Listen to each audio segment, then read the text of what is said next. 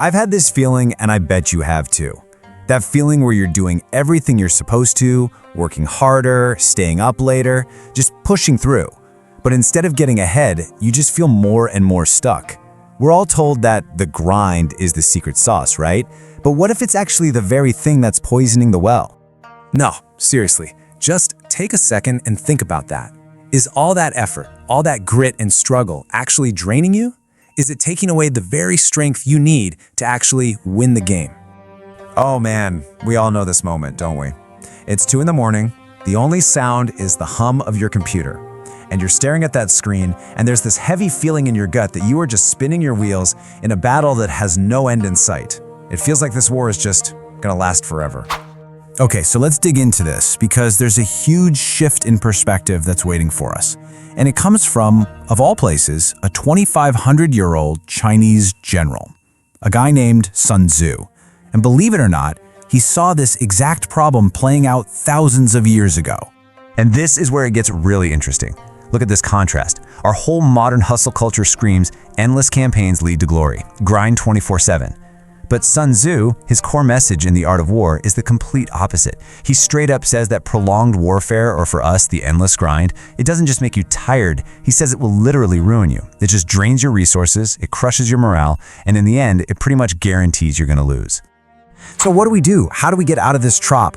Well, Sun Tzu didn't just point out the problem. He actually gave us a playbook, a guide for winning, but winning quickly and efficiently. So let's walk through 4 of his rules, and you'll see how they apply perfectly to our lives today. First things first, we have to know what we're actually trying to protect. Sun Tzu knew that just moving an army costs an absolute fortune and resources every single day. For us, that army is our own energy, our bandwidth, and it is not an infinite well we can just keep dipping into. It is a very real, very finite resource. It's our mental, our emotional, and yeah, even our financial capital. And this is where we bleed out that precious bandwidth. I mean, look at these. These aren't just little annoyances. That pointless argument you got dragged into on social media, that's a costly campaign. That toxic relationship that just drains you dry, that's a costly campaign. And that dead-end project you know deep down is going nowhere, but you just can't bring yourself to quit, that is a long, drawn-out war you are losing. So the first rule of victory is knowing which battles are not worth fighting at all. It's about strategic retreat. All right, rule number 2. In this quote, this is a massive reality check for any perfectionist listening. And yeah, I'm talking to myself here too. What he's saying is that there is no genius in dragging things out. There's no award for the most cleverly delayed project. Real wisdom lies in speed, even if it's a little clumsy on the way out the door. And here's the modern day translation. It's this simple. Quick and messy is so much better than perfect and late. I mean, in a world that changes as fast as ours does, waiting for that perfect moment, it's a trap. Getting your idea out there, launching that thing, hitting publish, even if it's only 80% perfect, is infinitely better than having a flawless plan after the opportunity has already vanished. You gotta secure the victory, then move on. Okay, the third rule is all about leverage. It's about working smarter. See, Sun Tzu told his armies to live off the enemy's supplies because 1 cart of their food was worth 20 of your own. So how do we do that? We stop building everything from scratch.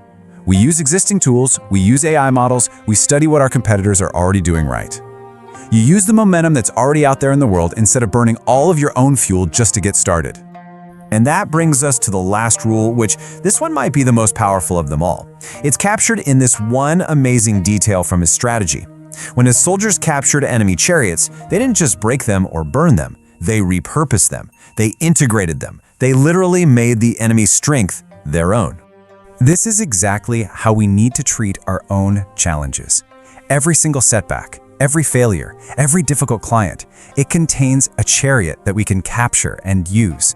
So don't just survive your struggles, absorb them.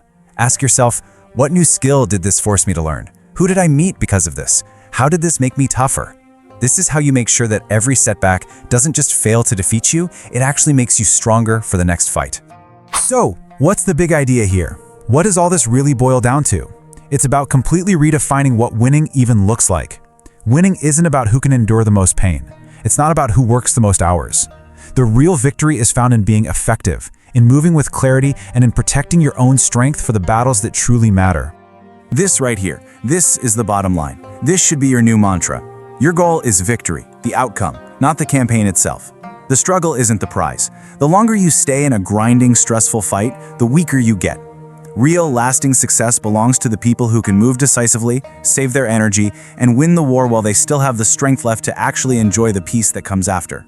So I'll just leave you with this one thought. What's that one prolonged war in your life right now? That one thing you've been fighting for way, way too long? What if the smartest, the strongest, and the most victorious move you could possibly make is to just decide that it's over? Subscribe for daily wisdom.